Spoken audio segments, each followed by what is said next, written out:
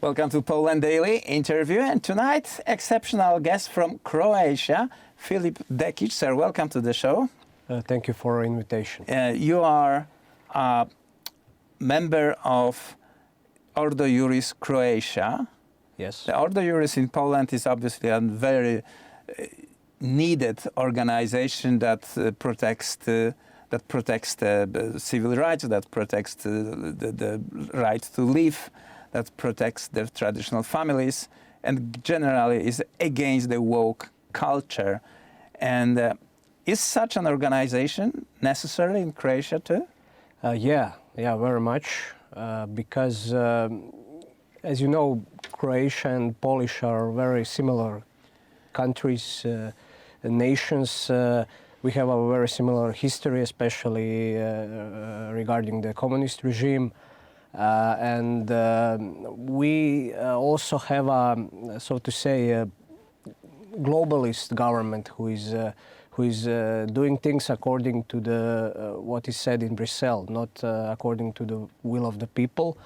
And we are very much needed because there is a push for more liberal abortion laws. So we want to protect the human life from the conception to the natural death, protect the families, traditional, based on the marriage as a union between man and wife. We have a LGBT agenda that is also pushed by our Croatian government, transgenderism, and Christians are getting more and more discriminated, so we want to protect the freedom of thought, conscience, and religion.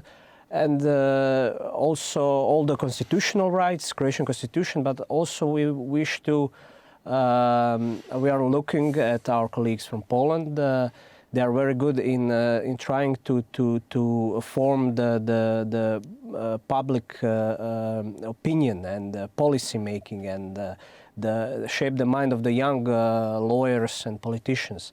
And that is also what we want to do in Croatia, for next generations in parliament, in important institutions, to make decisions that from which our country will prosper. Mm-hmm. It started from naming and shaming, at least in Poland.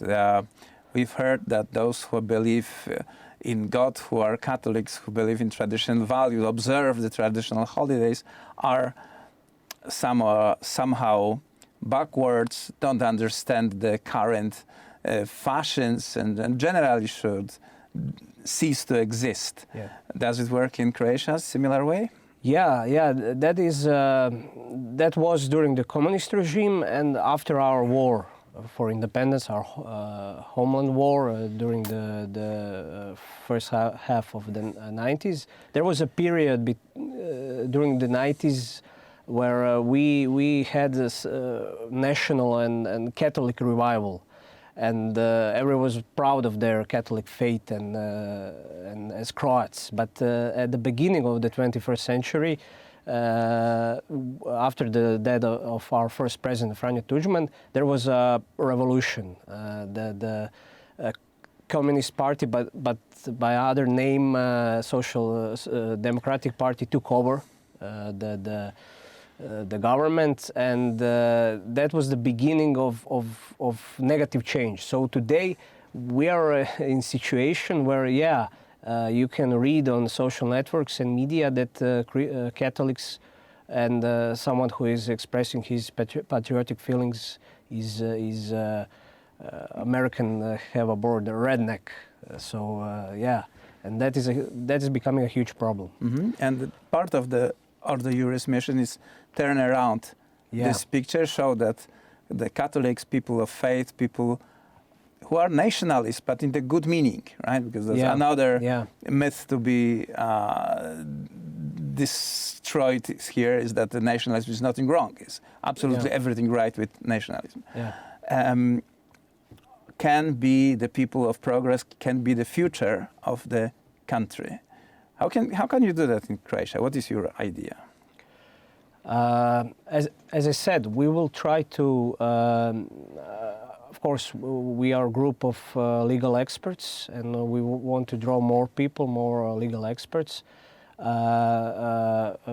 write a legal analysis, also a petition to be involved in lawmaking and policy making, and try to influence people who are now on part of the political scene, social scene. But also, of course, we will need time to draw young people, to give them lectures and students and to shape their minds, so one day they can govern our country. Because I wanted to say, you mentioned nationalism. Our nationalism, our sense of being a Croats is same as Polish people, is rooted in being Catholic. We were first recognized as an independent state in the 9th century by the Pope John VIII.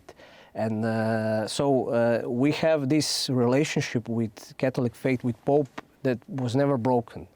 And of course there is John Paul II, who is very much respected in Croatia, because he helped us a lot during the independence war. So that is one important thing, that we are deeply rooted in Catholic identity, and all the good that Western civilization has are coming from the Christianity, law, also politics, because the definition of politician is someone who is doing something good for people, serving people. So, as I said, everything good came from Christianity, Christian civilization. That is what we want to proclaim, and also that the law isn't something, only words written on the piece of paper, but there is also philosophy behind these laws. There is a moral and sense of justice. So hierarchy and discipline. So that is authority, healthy authority. So that is what we want to focus and tell people. And yeah, just the awareness that you are just a part of the chain of the generations, and they will be once after you. So better to leave your country in the best possible order. Very quick question to the end.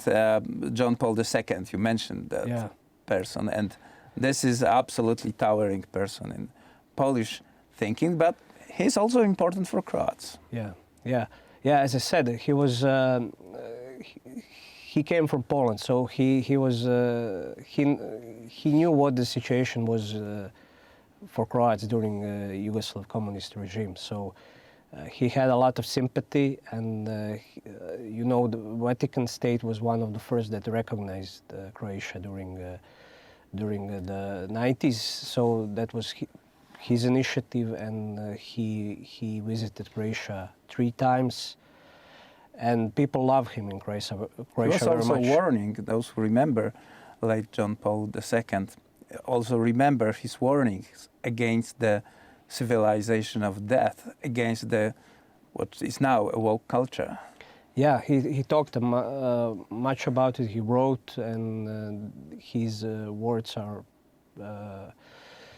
We must learn from his words and warnings, because truly our Europe is becoming the place of the dead. You have.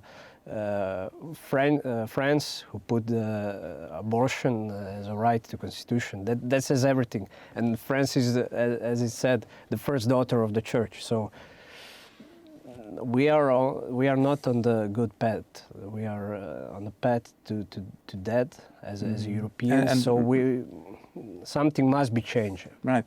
And all those, the path of Europe was changed by the action of the activists, relatively small groups, who inflicted the big change. Do you think that the Ordo Iuris in Poland or in Croatia can be such a group that will put us sort of back on track? Ordo Iuris Poland is doing a great work.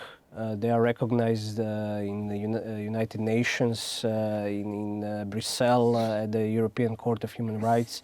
They had a lot of successful cases, and as I heard, I'm here now.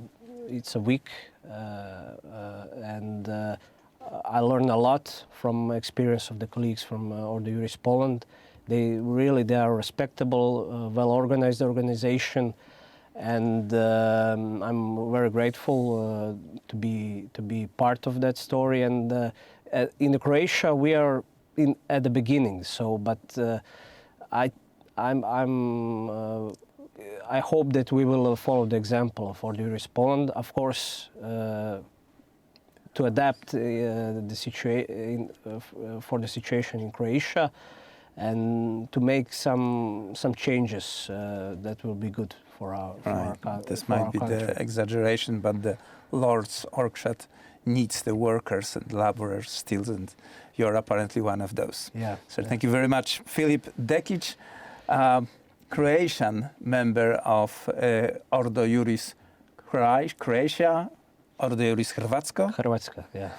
Was our guest tonight. Thank you very much for coming to Telewizja Republika, for coming to Poland Daily. Thank you. And that was it for tonight. Will be more next week and on Monday.